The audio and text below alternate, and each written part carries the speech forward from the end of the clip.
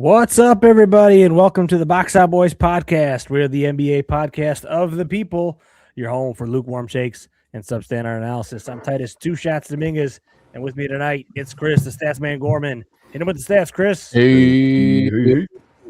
SGA has more FTMs than FGMs this playoff run at 120 to 114, which he didn't even do last year.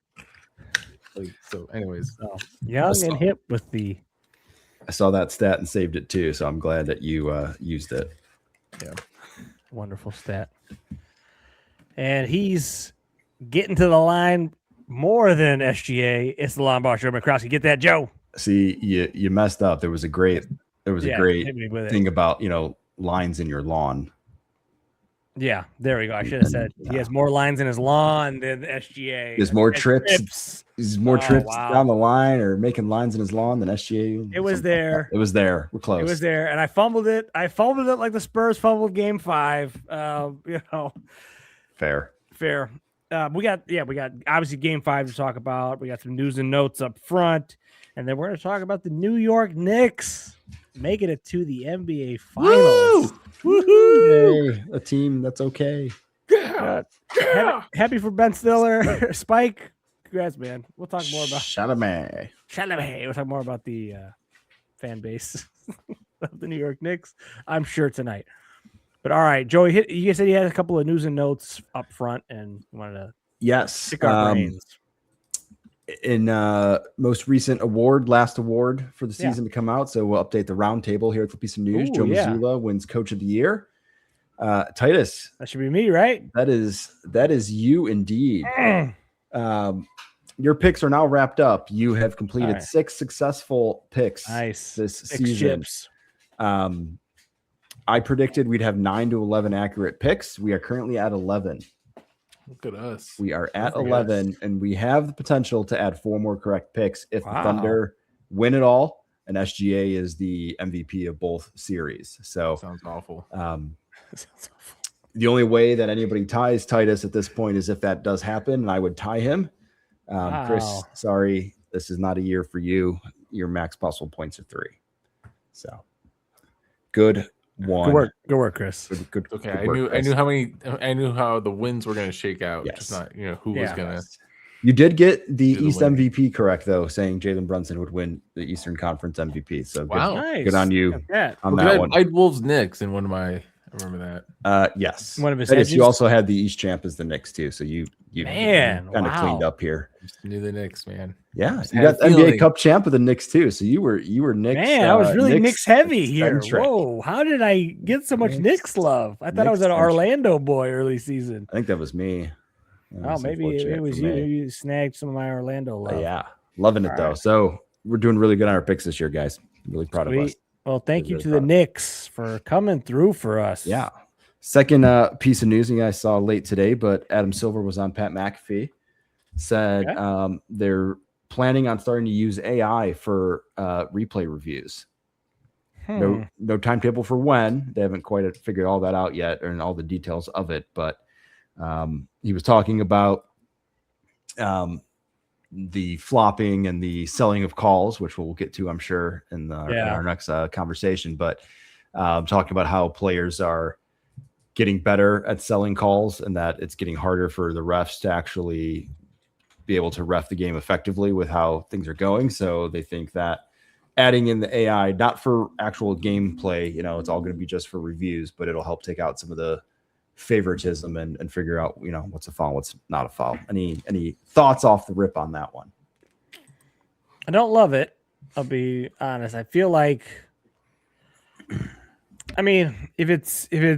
when it's working, it's working, but I could see it having a mistake in a critical period, and then everybody's blaming the AI, and some fan bases claiming they got robbed. So interesting. Sounds awful. I don't. In baseball, I don't know if you call it using AI with their ABS system. That's been working great. I don't think That's not really subjective though, right? It's a box based on the player's height, and if the ball is in the box, it's a strike. If it's not, it's a little more black and white than what a flop or a foul. Yeah, I feel like Adam Silver is selling this because there's big AI companies that have a lot of money that want to invest in the NBA. So if he says this, he can get more investments. I think this is probably I don't want to say that there is a problem, but I'm going to acknowledge there's a problem by saying we have a solution to something. Yeah.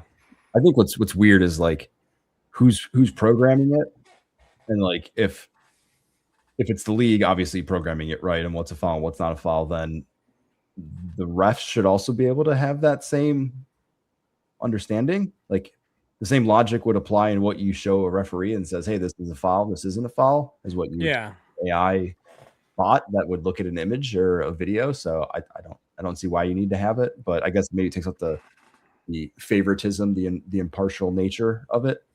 It could be, or maybe it's a speed thing of like it could be done in the background, or like that's fair. I would like that. So yeah, we're not staring at the monitor for 3 minutes. Whose foot did it go off of? That's fair. But I also don't see why we can't just have a room full of people watching this stuff, especially like at this point now. There's only when there's only like 2 games going on. Yeah, 2 games going on. This would be the perfect time to have 10, 12 people in a room just reviewing stuff. Go up to Secaucus. Yeah, Secaucus. All right. Any other news and notes? No. Wrap up some good news. All right. Well. Okay. Joe Mazzulla, Coach of the Year. He doesn't care. We don't care either. Yep. Move on. Called it, but good on you, Joey Maz. All right. Let's talk about the game last night, the pivotal game 5. The Spurs dropping it to the Thunder. Maybe one of the tougher watches here of the series so far. Not sure how you guys felt. Felt like it really wasn't. It was kind of an ugly, slow, plodding game there, especially in that second half. Spurs losing big. Kind of giving up the series, maybe. Potentially the series here. Chris, we'll start with you, man. What did you think of this game so far? The first quarter, I went back because the first quarter, I was feeling pretty good. I'm like, this is going back and forth. Yeah. The Spurs were up. The Thunder were up. The Thunder closed out the quarter up 2. Like, this feels pretty good. Then the second quarter comes, and everything just comes to a grinding halt. And then I look back at it, there were 6 fouls called in the first quarter. There were 19 fouls called in the second. Wow. And then, is it really 19, Chris? Like, was it really 9? 9 by the Spurs, 10 by the Thunder. Third quarter, there were 15 fouls called. Fourth quarter doesn't matter. It was basically over halfway through. It was 11 fouls called. So the first quarter was 6. By the way, on average, there are 42 fouls called in the NBA. This game had whatever the math I just did is 29 plus 22. For 53? 22. 53. So it's 10 more than average. And so I guess it's not that egregious. It's not crazy, but it was also like with the fourth quarter, with half of the fourth quarter being anything. But the point is, first quarter was great. Loved seeing the flow to a game. I'm like, this is what I like about the NBA. Like we can actually see, a back and forth. Julian Champagny was fantastic. Yes. But everything went to a grinding halt. 7 minutes left in the second quarter is when Jay Will went up to Keldon and then just fell down.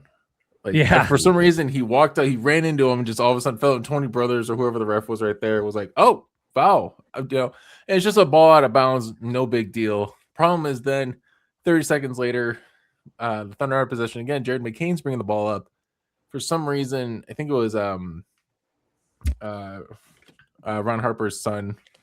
Ron Harper Jr. Dylan Harper Jr. For some reason was behind him.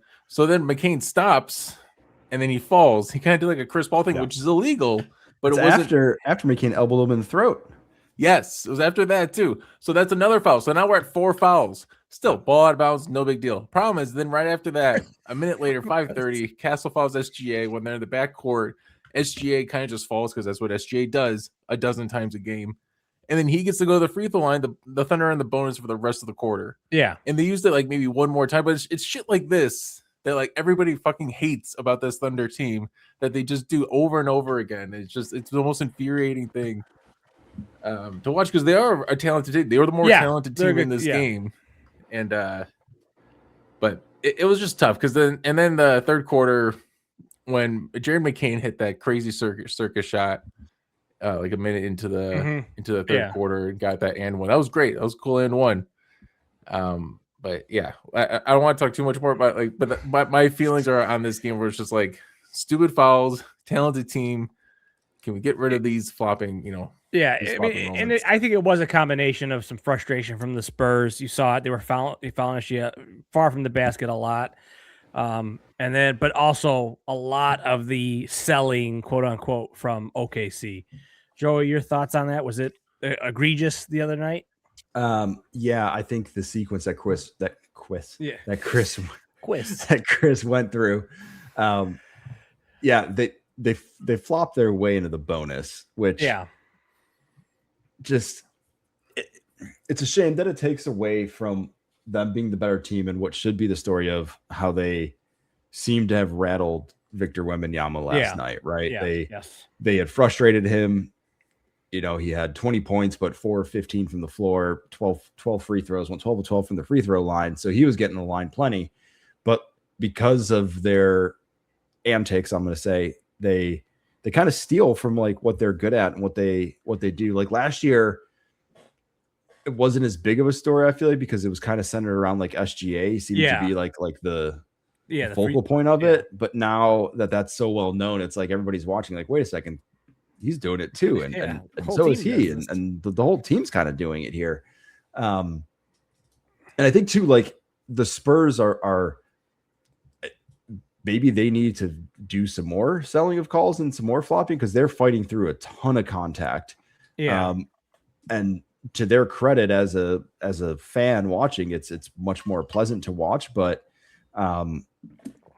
they need to find a way to kind of like meet that energy or Wembanyama just needs to find a way to not have an off game because he's allowed to have an off game, so be it. But clearly, every three he took looked like the worst three I've ever seen. Yeah, like clearly, if he's not in God mode, then it's not going to happen for him. Yeah, and I think aside from game one was probably the most exciting of the games so far. But I think after that, to me, the Spurs have felt really young, and I really noticed, especially like Dylan Harper. The guy's a rookie, and I know he's been injured the last couple of games, hasn't been looking quite right, but he's turning the ball over so much in the backcourt, causing fast breaks. Same with Wembanyama, who's been like the frustration level with him. It seems like it's been up and down. He's had a couple of good games where he's been able to control it, and then he had games like Game 3, and then last night where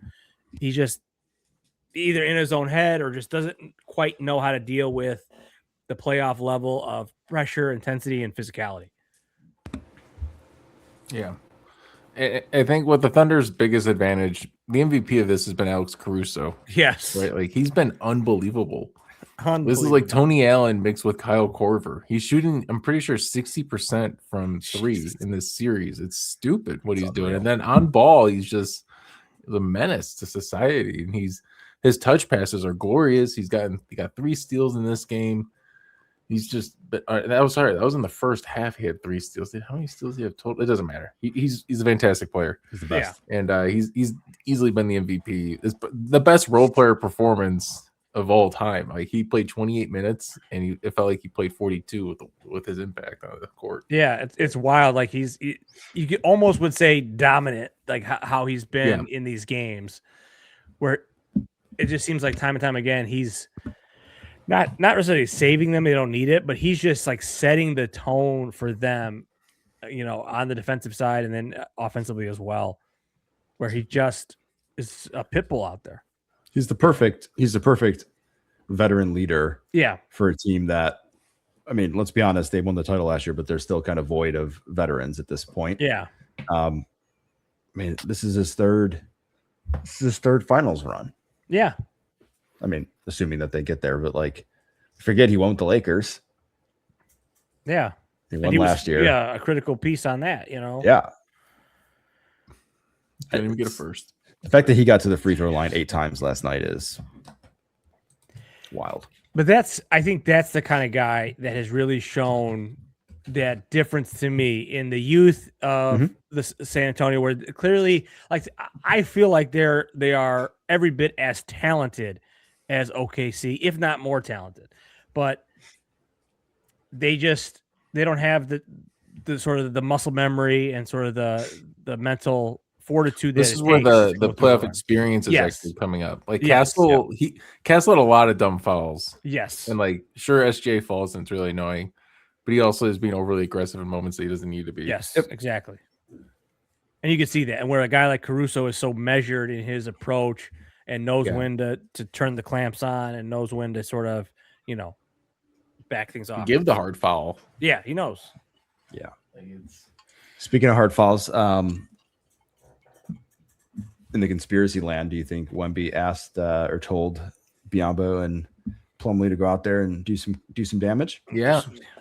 Yeah, I think so. I do too. I mean, isn't that what people want? The 80s, 90s. Why was McCain still in the game? I think it's exactly what he said. He said, "Hey, they keep flopping all night. Let's go give them something to flop for." Give them something like, to flop for. I don't hate it. Yeah, I don't hate it. They weren't like dirty fouls. They were just hard fouls. They were hard. They weren't going to hurt anybody, but they weren't even like Andrew Bynum on JJ Barea hard, where he elbows him. Yeah, in the 2011 playoffs. It wasn't even that hard. It was just like, but yeah. I'm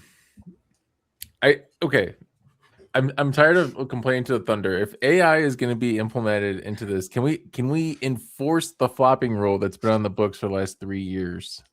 And just like you're supposed to implement a $2,000 fine after the fact if a player is flopping. For some reason, that never gets enforced. Everybody who watches sports in general sees it and is just annoyed by it. Like, I don't understand why on just any level. Don't call it in the moment. Fine. You missed the call. Find the guys after the game. Yeah. But it feels like they may just want to track it. I don't even understand, like, what's the reasoning of not wanting to. I feel like they don't want to give credence to the conspiracy that's floating out there that they're missing calls that are changing the outcomes of games. Because for them to go out and fine, I mean, they'd have to give like 3 fines a game. Yeah. Right? Yeah. Which would be saying a whole lot about their refereeing crews. But it's like, fine, but blame it, and then maybe it'll stop happening as much. Yeah, maybe it'll stop. It'll deteriorate as over time. But that's not, like you said in that statement that Silver put out, where he said that the players are making it hard for the refs to ref the game in real time. That could be a way to say, hey, look, we get it, these calls are there, but we're not going to let it continue. Like, we get it, these guys in the moment, they can't tell what's going on. Yeah. So at the back end, when we can tell it's a clear flop, we're going to penalize the guy so that this stops at some point. Like, that's why I'm so perplexed. Why? It's just, I don't understand. It would be the right thing to do. I mean, I don't blame them. Like, some of the fault, like, I can see how some of them are tough. Yeah. Like, when you see them slowed down after the fact on a replay, it's very easy to be like, wow, that was egregious. Yeah. In the real time play. But like, yeah, I guess you're right. They have the rule for a reason. They should go to it. I hope it's just something that gets talked about in the off season. Like, hey guys, bring it up. We're ruining the game, and everyone's like, just don't watch the sport. The viewer rates are higher than ever. It's like, well, the games are on NBC. I think that's as plays it rolling. Anyways, the Thunder. It's a tough team to watch. What do you guys think is going to happen? Do you guys think the Thunder are going to close it out? Game 6, 7? I think they go 7. I think it goes 7 too. I think you're going to get like furious Wemby tomorrow night. Yeah. I hope it goes 7. Yeah. This deserves a 7. This deserves a final showdown in OKC. I think you're right. You guys are right. I think the crowd energy in San Antonio is going to be good. I think the role players are going to play good. The Nuns will be there. Yeah, the Nuns will be there. So I think they'll be okay. Like you said, Joey, Wemby's going to be on a tear. A revenge game for Wemby. And then I think then OKC shows that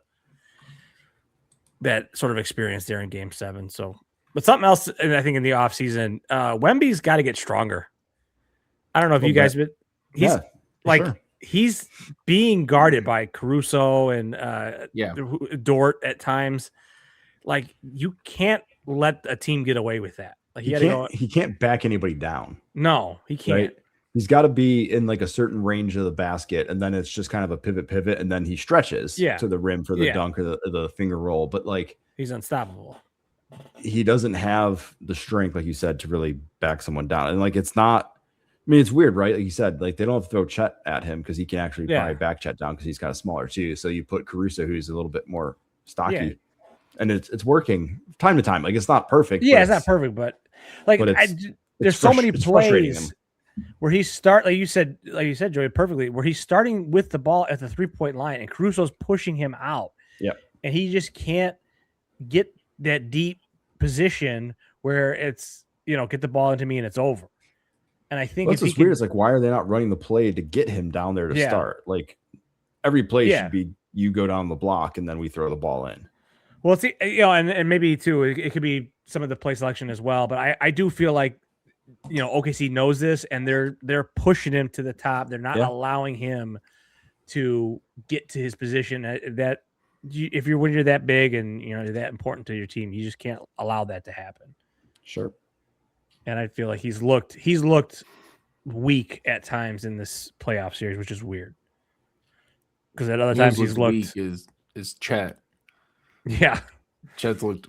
He keeps getting bullied by Cullen Johnson. Julian Champagning's able to move him around. But like, does he need to get stronger, or does he need to just find ways to improve his core and draw more fouls? like SGA. Like I don't know how much physicality actually is going to matter if we're going to keep getting this kind of like this. He's have a little bit of a Giannis glow up. Like that's kind of what he needs. Like a half Giannis. Half Giannis. He doesn't need to get. He doesn't need to go full. You want to go full Giannis. Giannis. You never go full Giannis. Then he'll be taking 12 seconds at the free throw line. That's right. He's pretty slow already. Yeah, he's pretty. That slow. Deep breath he takes is that's serious a deep business. Breath. It's a long one. It's a long It breath. is long. And Michelle even noticed. She said he takes forever. I'm like, yeah, he does. Go ahead, Chris. Any thoughts on OKC calling him flopper in the game? They were calling him flopper?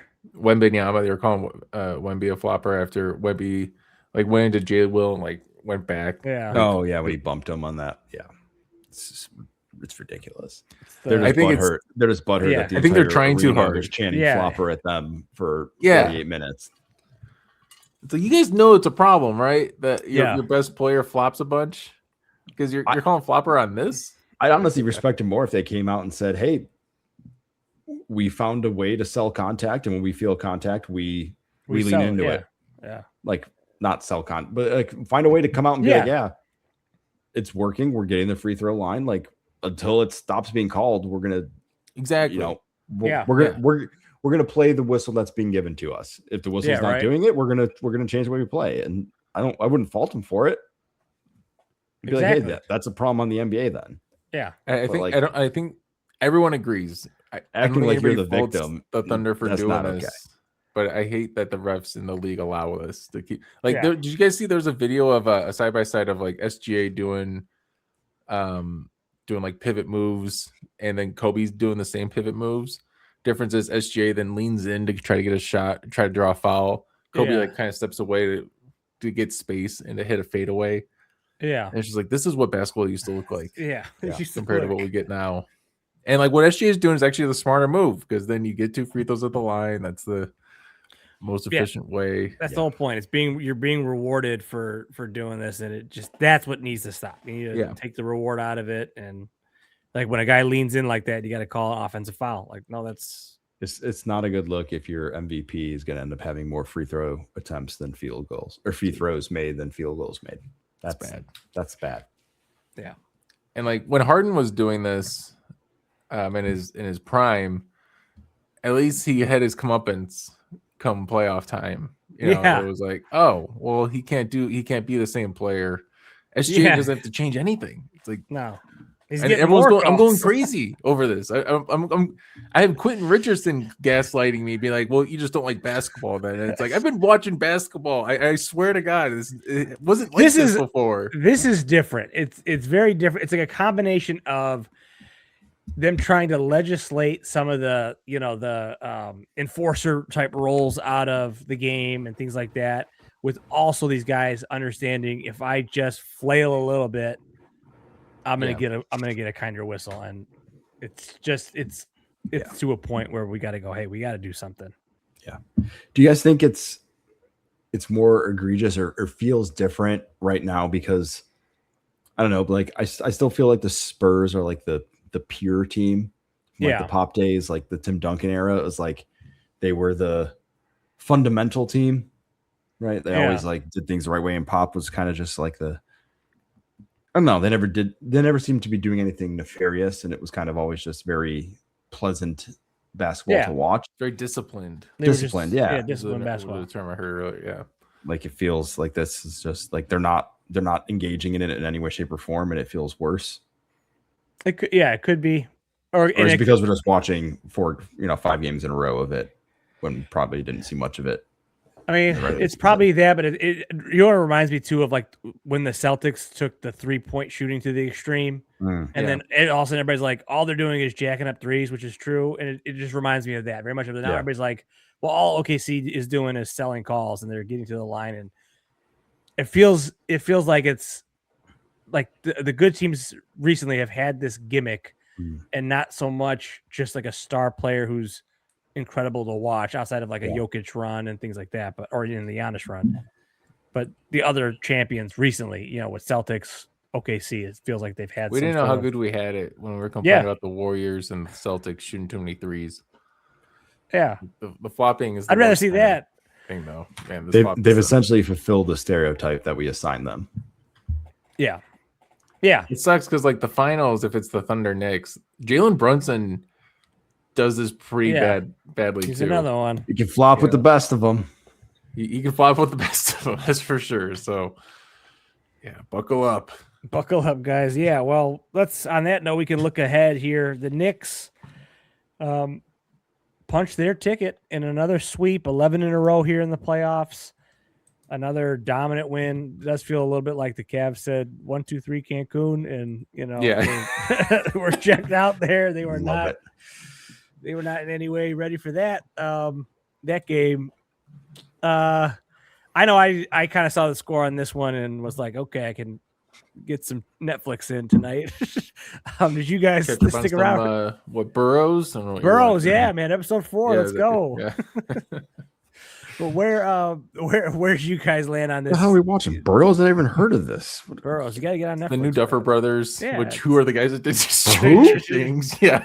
Yeah. The who? The who? Somebody Brothers? Stranger Things was a TV show that came out. It's been out for 10 years. Never watched that. Finally ended after 5 seasons. You guys all like it. That's probably not for me. I didn't watch Great it. one. Anyways. First season's awesome. Anyways, Burrows is pretty good. Solid. Recommend that one.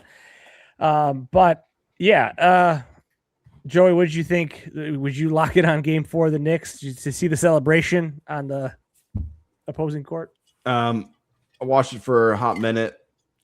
I watched some of the stuff after. The favorite part, the Finding Nemo. Mike. Loved, that was good. Loved that. Loved Jalen Brunson covering his butthole from getting goose from Josh Hart. Smart. Fantastic. Got to learn. Right. They're a team of learning.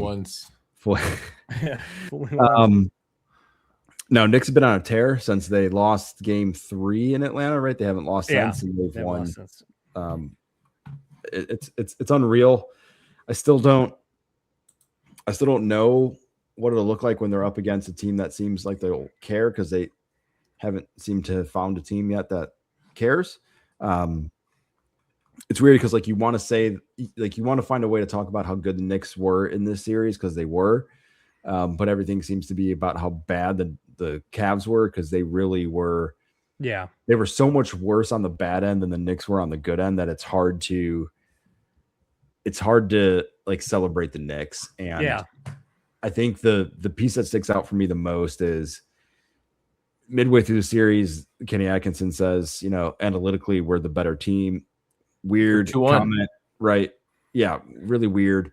And then after you get swept, James Harden goes to this, post game or goes to the podium and says, I still think we're the better team. And it's just, I understand what you're trying to say you you should have been better. Yeah, that like you are the better team. You can't say that after getting swept. They dominated him in every way, shape, or form. Landry Shamet is like their kind of hero. He's the Caruso of that team, just coming out of nowhere.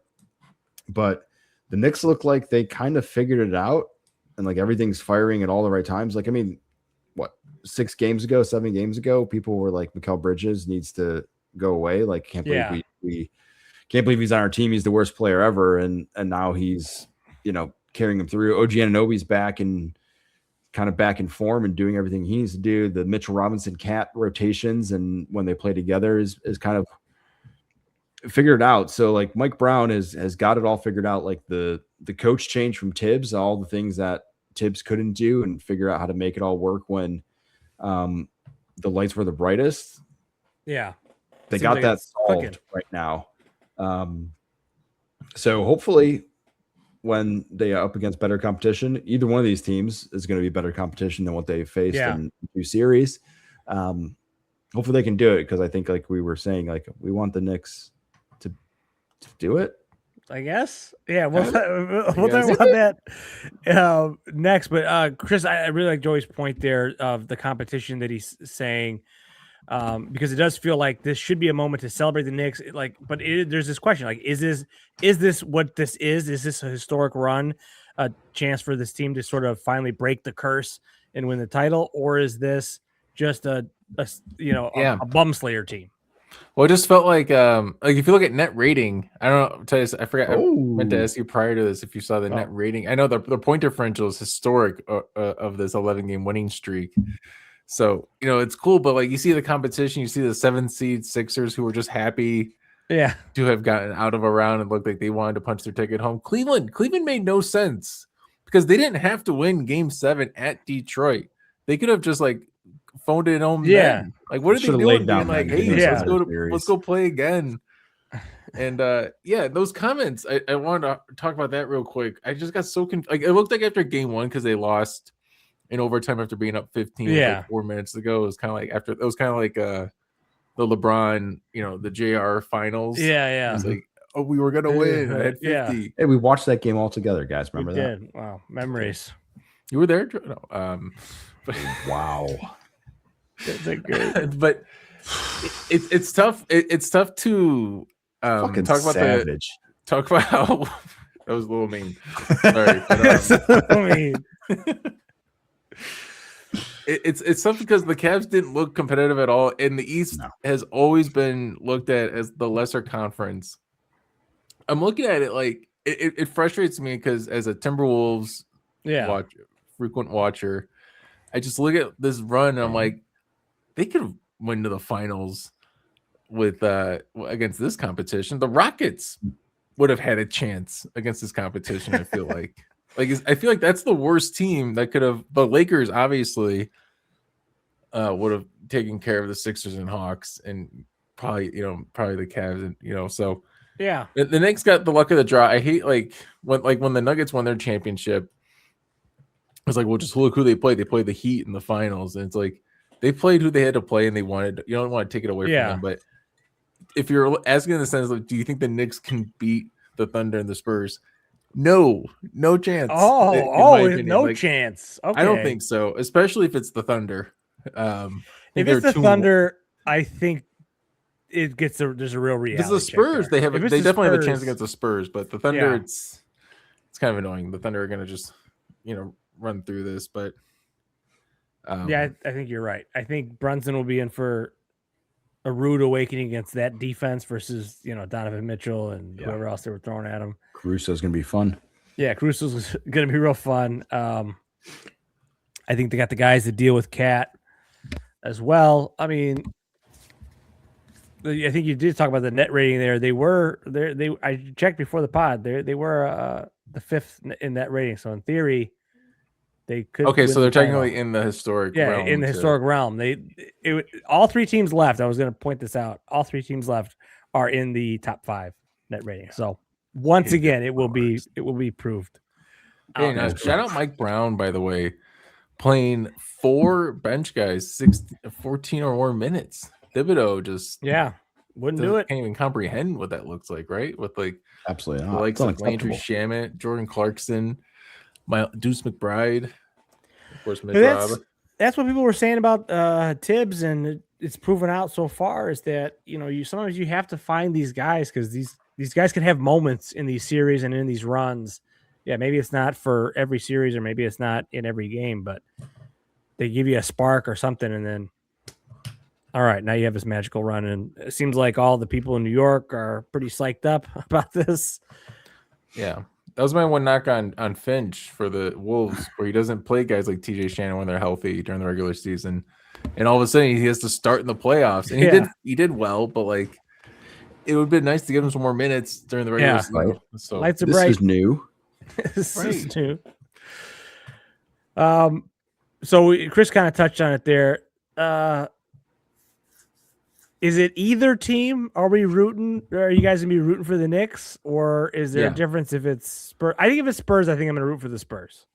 So if it's Spurs, I'd be terrified if they won it, because it's like, okay, shit, now they won this, now they're gonna win the next one, the one after, and the Knicks win. At least it feels like, all right, the Spurs. Yeah, the Spurs are. Yeah. I'm with Chris. I think if the Knicks win, it'll be annoying for like a week and a half, and then going into next season, no one's going to be like, "Oh, the Knicks are the favorites to win the title." Yeah, you're right. Right. But if the Spurs win, it's going to be it's the end of the NBA. It's going to be the end of the NBA. The run is inevitable. The Spurs are about to win 5 in a row. Yeah. Yeah. What if it's OKC? Is it just pure unadulterated hate for this? I mean, yeah. Honestly, if it's OKC, it's pure hate. I want the Knicks to win if that's the case. Oh man, I would feel. I don't understand how the Thunder. The Knicks. Let me retract a little bit. The Knicks do have a chance if the Thunder. Nobody's talking about the fact that AJ Mitchell and Jalen Williams are out. No, you're still right. Putting up these crazy numbers with Jared McCain and Caruso. They're banged up. Unconscious. I think for the Knicks, if they're playing the Spurs, it's like a 50-50. Like I think it's an evenly matched kind of series. I think if it's against the Thunder, the Knicks have like a 33%. It's like a 1-3 type thing. The Knicks would need some magic. They would need some miraculous games. Correct. They would need something to happen, or like a 2-0 start or something to a series that can really give them the leg up or something. Joey, you mentioned it before we got on the pod, but I don't hate a lot of the players on the New York Knicks. Mm-hmm. I mean, I'm not the biggest fan of Cat, but it is what it is. He's fine. But it is the fan base. I really do not like this fan base. So are you going to be excited for the fans of New York City to get a chip if they can get it done? I can tell you that if they do get it done, I will be on Snapchat on the map or whatever, where you can just click on areas. See random people's stories. I will be following that immediately after, because I think the pure entertainment factor will be amazing for a while. But it'll be annoying on TV for a while. Yeah. It's funny you mentioned Snap. I have a Snap rep that's a huge Knicks fan. He knows we have a pod. So if he actually ever hears this, shout out Fadi. You got Fadi. Let's go. I'll be looking for you on Snap Map. Right. He's on Snap Map, just checking random people's snaps. That's right. That's the lawn boss. That's right. So you looking for lawns. Hey, you got lawn pictures. And he watches the ads and he got any lawn pictures out there? Any lawn pictures? Oh man, I had something there. I don't mind if the Knicks win. I think I hate Thunder fans more. Thunder fans are, trying to yell flopper already. And it's kind of like, I don't know, man. They need some pain. They need Thunder fans need to experience some pain. Like their team, like I guess after Durant and all that, like they had a couple of down years. They had a little bit of pain, but they haven't been around long enough to like have the full swing of emotions. So like this worked. This whole rebuild thing worked too well. Like if they get 2 in a row, like they had the perfect trajectory of like get really bad, get a couple of good pieces, a couple years building, championship. It's like if you go 2 in a row. So did you guys see there was an article came out? I saw it today that two executives in the league are actually afraid that if the Thunder don't win the title, they're going to try and trade into the lottery, into the top 4 this year, and give up their 2 picks they have this year plus future picks because they have so many of them, and try to reload with like a Cam Boozer type player, just to go back like full bore next season as like a, hey, if the Spurs beat us, we need one more strong scoring option, and they're willing to like go all in. And there's a fear amongst it was 2 executives, but that kind of hit home for me. And then I was like, hey, trade with the Bulls. I'll take your 2 picks this year and like 2 firsts down the road. Let's go. Like, Are one of those 2 executives the Grizzlies executive? Is he like terrified to get a Godfather offer? He's like, oh no, I have to take it. Oh no, God, what do we do? Like, what? Oh no! Oh, that's hilarious. The Thunder, I think, have proven they don't need. They need good players. They're the deepest team. Kenrich Williams was hitting threes for them in the last game. The deepest bench ever. It's not even about the high picks. It's just the way the team is organized is perfect. Yeah. And it's they've been successful, team, guys. It's not about the they picks. built it right, and it gelled pretty quick. Yeah, and it worked. And if they can finally break the sort of the streak of nobody being able to repeat for the last I don't know how many years it's been, but 7 or 8 years. The Warriors did it, right? Yeah, it's been since the Warriors are the last team to repeat. Yep, I think it would have been 2019. Yeah, or no, 2019 they lost, right? Yeah, because the Celtics. No. Oh my gosh, some fans we are. No, their last. Guys, I said it was the Warriors. It was definitely the Warriors, but it was their Which 2 year, over though? the cat. It was 18, I think, was the last year, because then 19 was the Toronto win against. Yeah. Oh, Toronto. Yeah, that's what I'm missing. They were going for the 3-peat. Yeah, they were going for the 3-peat. 19 was the Raptors, then it was Lakers, Bucks, Warriors. Well, since 2018, the last time. Wow. Yeah. Yep. Let's keep that streak alive. Let's keep that streak alive, and we'll go Knicks. I would love a Knicks championship, if only for the fact that I think it would supersede finally the 08 Celtics as the most cherished one-off championship if they were only to get the one. There's no way anyone could milk it more than the New York Knicks. That's actually kind of perfect. The most cherished one-off championship. Yeah. That's so there was a question about on Simmons pod, which is the one you're alluding to with the milking it one championship. Yeah. Talking about the 2011 Mavericks over the 2026 or the 2025 Knicks. And I think it's completely different. For the Mavericks versus the Knicks. The Mavericks were like on their last legs, like maybe Dirk can do it. The Knicks are just kind of like this ragtag team that kind of came together. Yeah. Maybe they can do it. And I don't know. It doesn't feel the same to me as what the Mavericks had to go through. No, and it feels like they've been sort of knocking on the door. It's weird, like sort of in this. Honestly, the Wolves is the team that they remind me the most of like a team that has had decent runs, and they haven't been as successful as the Wolves, but just sort of been in the mix for the last couple of years, and then they finally, the cards all kind of fell for them this year, and they made it to the finals. So, but this does kind of feel like a 1999 Nets situation. Yeah, I saw a post about it. It was like how like Jason Kidd said, like, yeah, why not us in the East? Yeah, or from the East, and I think they got swept, the Nets. Yeah, against the Lakers. The Lakers. Yeah, man, that would kind of suck if it was a sweep for the OKC, right? For them to like win 11, and then all of a sudden just no, that's the end of that. So, but we'll see. We'll see who they're going to play first. We still got a game 6 and possibly a game 7. Hopefully, a game 7. I'd be pumped for that. So, yeah. I'll go from there. Anything? Yeah, please. Anything else, guys? Good by me. Good by you. Just probably a programming note here. Game 1 of the finals is next Wednesday, so we will probably record Thursday, I would imagine, unless the guys have a. Should we do or you want to do a game 7 after? If we get a game 7. If we get a game 7, is that a Saturday Sunday? Or Sunday?